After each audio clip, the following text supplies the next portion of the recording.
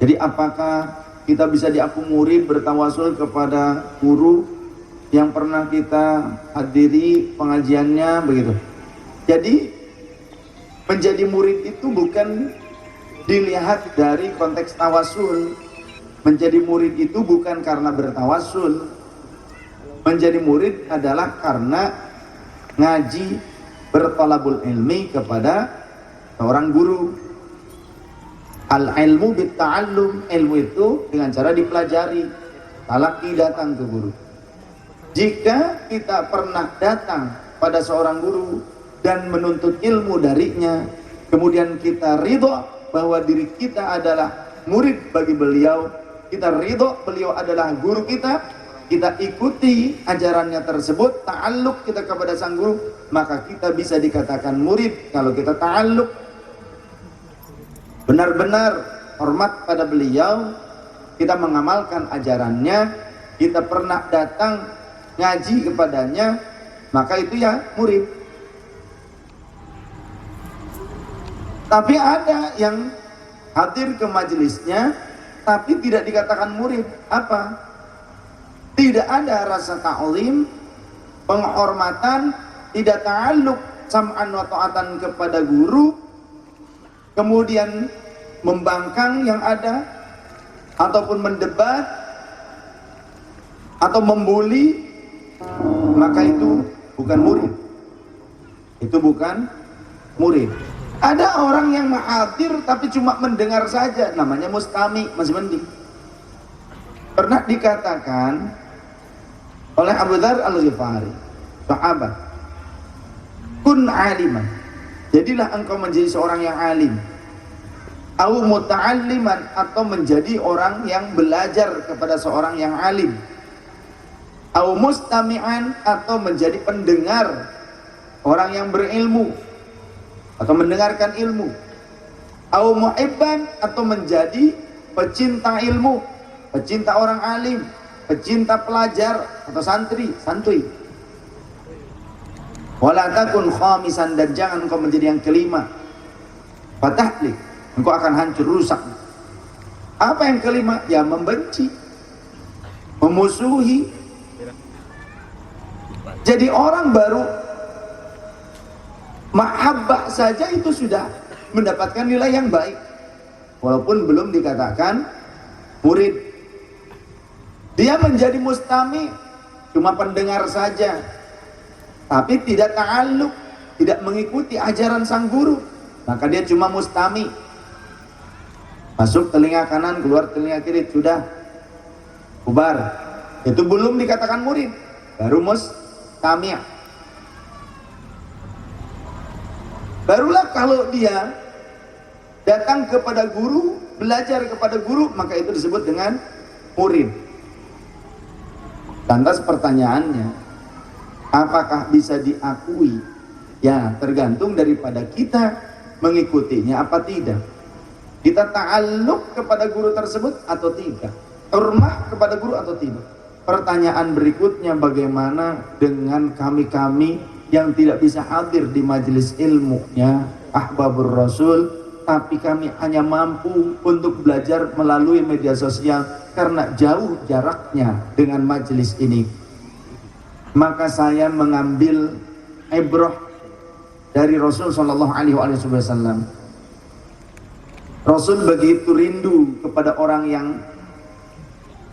dirindukannya, dicintainya, dianggap sebagai kekasih. Sahabat bilang, kami ya Rasulullah, kalian itu sahabat. Kalian tentu sahabat, iya sahabat. Tapi yang kumaksud bukan kalian, siapa? Siapa lantas ya Rasulullah? Orang-orang yang mereka hidup sepeninggalku, tidak pernah berjumpa denganku, namun mereka beriman kepadaku dan mengikuti ajaranku, maka mereka adalah kekasih. Kalau Rasul saja menyatakan orang yang tidak pernah jumpa dengan Rasulullah tapi mencintai Rasul, rindu kepada Rasul dan mengikuti ajaran Rasulullah, itu disebut sebagai umat Rasulullah, maka bagaimana mungkin saya bisa menolak jika ada orang yang terus memperhatikan dakwah saya, menyimak dakwah saya, kajian-kajian saya, kemudian mereka mengamalkan ilmu yang saya sampaikan, lantas mereka juga mahabbah atas dakwah ini kepada apa yang saya sampaikan, bagaimana mungkin saya menolak mereka sebagai murid? Mereka adalah murid-murid saya. Andai pun jika wallahu alam, saya tidak tahu bagaimana nanti keadaan saya di akhirat. Andaikan jika Allah memberikan anugerahnya kepada saya untuk bisa masuk surga lebih dulu, saya akan tungguin kalian di pintu surga. Saya akan tungguin kalian. Mungkin saja nanti saya diberikan anugerah oleh Allah untuk bisa menyelamatkan. Jika itu, saya akan bersyukur. Atau sebaliknya, kalian yang bisa menyelamatkan saya, bisa. Sebagaimana dalam hadis Sunan Ibnu Majah nomor hadis 60, orang mukmin yang lebih dulu masuk surga, yang ketika hidupnya bersama-sama beribadah kepada Allah Ta'ala, akan saling merindukan. Yang duluan masuk surga rindu kepada yang belum masuk surga. Ya Rabb, qad adkhaltana ila jannati wa adkhaltahum ila nar. Kau masukkan kami ke dalam surga, tapi kau masukkan mereka ke dalam neraka. Kami rindu, kami sayang mereka ya Allah. Kata Allah, idhabu ilan nar, pergi kalian ke neraka, akhrijuhum man araftum minhum, keluarkan orang-orang yang kalian kenal di antara mereka, keluarkan. Maka dikeluarkan, sudah ya Rabb. Kemudian balik lagi, keluarkan lagi yang masih memiliki keimanan walaupun sebesar koin dirham. Balik lagi, cari, angkat lagi, sudah ya Rabb. Cari lagi yang memiliki keimanan walaupun setengah uang dirham. Cari, agak susah, ketemu juga ternyata. Sudah ya Rabb, cari lagi yang masih memiliki keimanan dari teman-teman kalian walaupun hanya sebesar semut hitam yang sangat kecil. Cari, wah agak susah. Kenapa? Ya maklum, agak mingslep. Ketika kamu begitu, ini ternyata ini. Oh, gak kenal. Kenapa? Cemong sih kamu katanya begitu. Cemong. Yang maklum, ya agak mingslep soalnya. Karena imannya cuma sedikit. Nah kemudian angkat juga akhirnya, sudah ya Allah. Nah berkumpullah kalian, berkumpullah engkau dengan orang yang selama ini engkau rindukan, karena mereka bersama-sama di dunia beribadah bersama engkau. Salat berjamaah, yusalluna ma'ana, mereka salat bersama kami. Wa yasumuna ma'ana, puasa bersama kami. Wa hajjuna ma'ana, hajian, umroh. Makanya mau umroh bareng sama saya yuk. Bulan Februari masih ada kuota yang mau ikut. Kalau April khusus ziarah ke wilayah Turki dan Siprus, yang mau ikut silahkan. Ya, nyicil, nggak tahun ini juga tahun depan boleh. Ya, Februari tahun 2020. Ya kan tahun depan. Karena kalau tahun ini kan sudah berlalu Februari. Mau tahun depannya lagi 2021 boleh setiap Februari supaya rada-rada suasananya sejuk begitu. Rada-rada dingin-dingin empuk. Nah, kita ke pembahasan, kembali ke pembahasan tadi. Dan terus bagaimana dengan tawasulnya sendiri? Tawasul, contoh begini.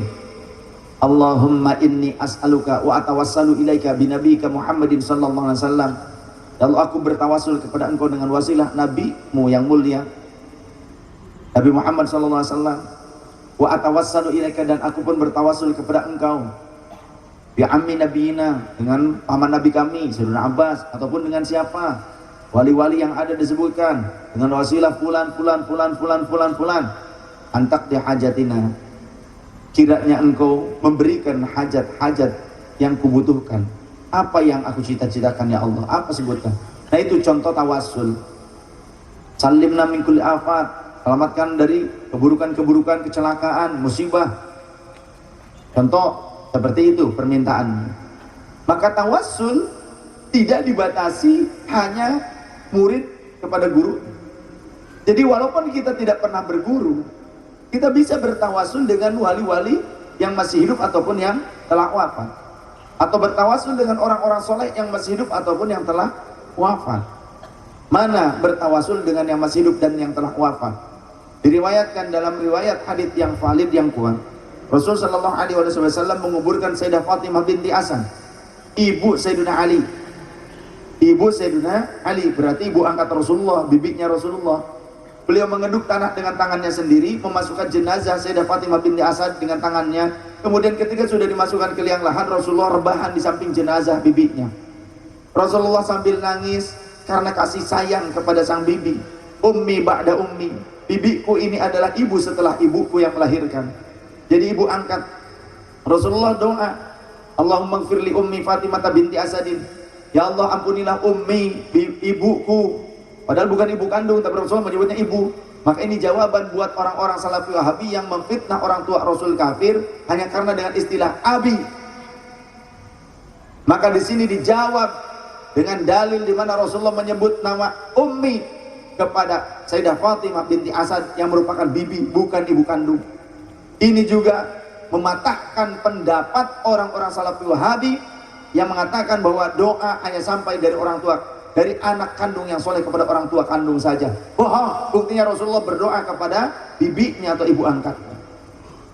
Rasulullah berdoa, Allahumma gfirli ummi Fatimah binti Asadin walakinha hujjataha, dan ajarkan kepadanya ya Allah jawaban-jawaban untuk menghadapi pertanyaan para malaikat. Wa wasi' madkhalaha, dan luaskanlah pintu masuknya ke alam barzakh bihaqqi nabiyyika, dengan hak nabimu yang masih hidup yakni aku, wal anbiya'il ladzina min qabli, dan dengan hak para nabi, dengan wasilah para nabi sebelumku yang sudah wafat ataupun yang masih hidup. Nabiullah Isa masih hidup, Nabiullah Ilyas masih hidup, Nabiullah Khadir masih hidup.